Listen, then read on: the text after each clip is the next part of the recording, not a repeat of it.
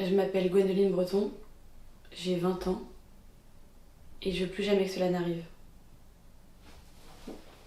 J'ai envie de témoigner d'une histoire qui s'est passée dans ma vie. Restez accrochés. Du coup, tout commence quand j'ai 15 ans. Je suis à une soirée avec tous mes copains, mes meilleurs copains. On est en seconde, donc tout se passe bien. Voilà, c'est le début du lycée. Il arrive du coup de boire un peu d'alcool et de consommer des produits illicites, comme de la drogue. Bref, voilà. La soirée se déroule super bien, on boit un peu, on fume un peu, on est content, voilà. Arrive le moment d'aller dormir, donc on se couche à 4 dans un lit avec les copains. Et en fait, je me retrouve entre ma meilleure amie et du coup mon ex-meilleure amie. Et il y avait un autre copain de l'autre côté, on était à 4 dans un lit, vous voyez, comme ça, enfin bref, on était dans un lit quoi. Arrive le moment du coup de s'endormir, donc on s'endort. Et en fait, moi j'étais en sorte de cuillère non rapprochée avec mon ex-meilleure amie. C'est-à-dire qu'il n'y avait que mon dos qui touchait à son ventre, mais ma partie basse ne touchait en aucun cas à sa partie basse. Donc je commence à m'endormir, je somnole et je sens sa main qui touche mon ventre. Voilà. Donc des caresses commencent à se dérouler et il décide de descendre sa main sur mes parties intimes. Donc moi à ce moment-là je suis pas bien, je comprends pas trop ce qui se passe, ça me réveille, je bouge pas, je suis dans l'impossibilité de bouger même le petit doigt, c'est impossible. Une éternité pour moi, mais ça doit durer je pense 5-10 minutes. Je sais pas, c'est trop, j'ai pas l'heure, je veux savoir comment arrêter ça. Donc tout reste au-dessus de mon short, j'étais en short de basket. Voilà, tout se déroule au-dessus de mon short. Et à un moment je me dis, ok, il faut que j'aille chercher quelque chose et juste je trouve une bouteille d'Ice Tea et je me dis je vais chercher de l'eau. Du coup je dis au copain, ah bah je vais chercher de l'eau, voilà. Ma meilleure amie en fait elle dormait pas donc elle m'accompagne. Et en gros je lui ai directement dit voilà ce qui s'était passé.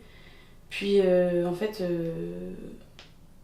le lendemain du coup on est resté dormir en bas et le lendemain on s'est réveillé comme si de rien n'était. Et j'en ai pas parlé. J'avais comme oublié. Ça paraît complètement fou, mais en fait pendant 6 mois j'étais toujours amie avec cette personne. Et j'invitais chez moi, on faisait des soirées, etc. Et j'ai laissé passer comme si ça ne s'était jamais passé en fait. Et en fait, un jour, j'ai une copine qui est venue chez moi et elle m'a dit que elle venait de vivre une agression il y a pas si longtemps par une personne. Et en fait, je lui ai dit, c'est là que vraiment je me suis souvenue. Je lui ai dit, mais moi, ça me rappelle mon agression. Et en fait, je lui ai dit, mais attends meuf, moi aussi. Et là vraiment la décadence. Je l'ai dit autour de moi, je l'ai dit, j'étais en soirée, je l'ai dit à tous mes copains. Il y a eu des petites histoires, voilà, ils voulaient un peu se battre, etc. Enfin bref, voilà. Et puis en fait, je me suis finalement confrontée à mon agresseur lors d'une soirée. Et en gros, il m'a dit comme excuse, je dormais. Et je lui ai dit, et quand tu dors, ta main elle me caresse pendant 10 minutes, c'est normal. Il m'a dit non, mais elle a glissé ma main. J'ai pas poursuivi la discussion, je suis partie et voilà. Bref, je vais plus jamais parler de ma vie. Et j'ai jamais porté plainte, j'ai pas porté plainte pendant les années qui suivaient. Mais il y a 6 mois, 6 mois, en mars, j'ai décidé Pardon, j'ai décidé d'aller porter plainte. Ça a été très dur parce que c'est pas la première fois que ça m'arrive de porter plainte pour ce genre de situation. Et les gendarmes, enfin, les policiers, les gendarmes, m'ont envoyé vers une psychanalyste. Psychothérapeute, psychanalyste, experte judiciaire, enfin bref, pour réaliser une expertise judiciaire pour l'enquête. Donc j'arrive au rendez-vous. Le rendez-vous a duré 2 heures et c'était les 2 pires heures de toute ma vie. Donc d'abord je dois me présenter, je dis qui je suis, je dis ce que je fais dans la vie. Voilà. Et puis vient un moment où elle me demande une photo de mon agresseur. Donc moi j'ai forcément des photos de mon ex-meilleur ami sur les memories de Snapchat. Donc j'y vais, je cherche, je trouve une vieille photo de lui où il était bien jeune et c'est la seule que j'avais quoi. Et elle me regarde. Elle avait mon téléphone dans sa main comme ça. Elle fait comme ça. Non mais il a pas une tête de violeur ce... Il a une tête de mignon. Je pense qu'à ce moment, j'étais juste out. Genre j'ai pas compris. J'étais là... c'est impossible que quelqu'un puisse dire ça. Elle m'a dit plein de choses horribles. Elle m'a clairement dit que j'aurais jamais dû porter plainte parce que je m'étais remis un pied dans la tombe. Elle m'a dit que vraiment s'il voulait me violer, il m'aurait agrippée et ça aurait été violent. Elle m'a dit que c'était pas une agression, c'était une technique de drague déplacée. En gros, vraiment, genre, le mec il savait pas ce qu'il faisait quoi. Genre, c'était de la drague, mais il savait pas comment me draguer. Du coup, il m'a touchée. Et du coup, je lui ai fait part de mes violences envers moi-même que je me suis infligées après ces périodes.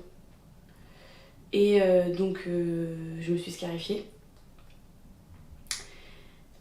Et en gros, elle m'a dit ah bah oui, ça se voit que tu aimes te faire du mal. Voilà.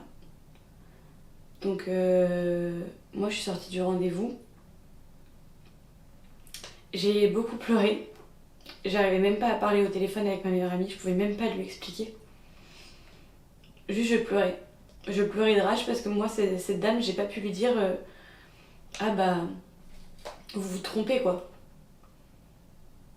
Et je suis rentrée chez moi, j'ai retrouvé ma mère et j'étais mais abasourdie. J'étais sous le choc. J'ai essayé de le dire aux gendarmes qui m'ont envoyé vers cette psychanalyste. J'ai essayé de leur dire non mais vous comprenez pas, c'est vraiment hyper mal passé. Je les ai appelés le lendemain. Et ils m'ont dit non, nous ça fait longtemps qu'on travaille avec elle, donc on lui fait confiance.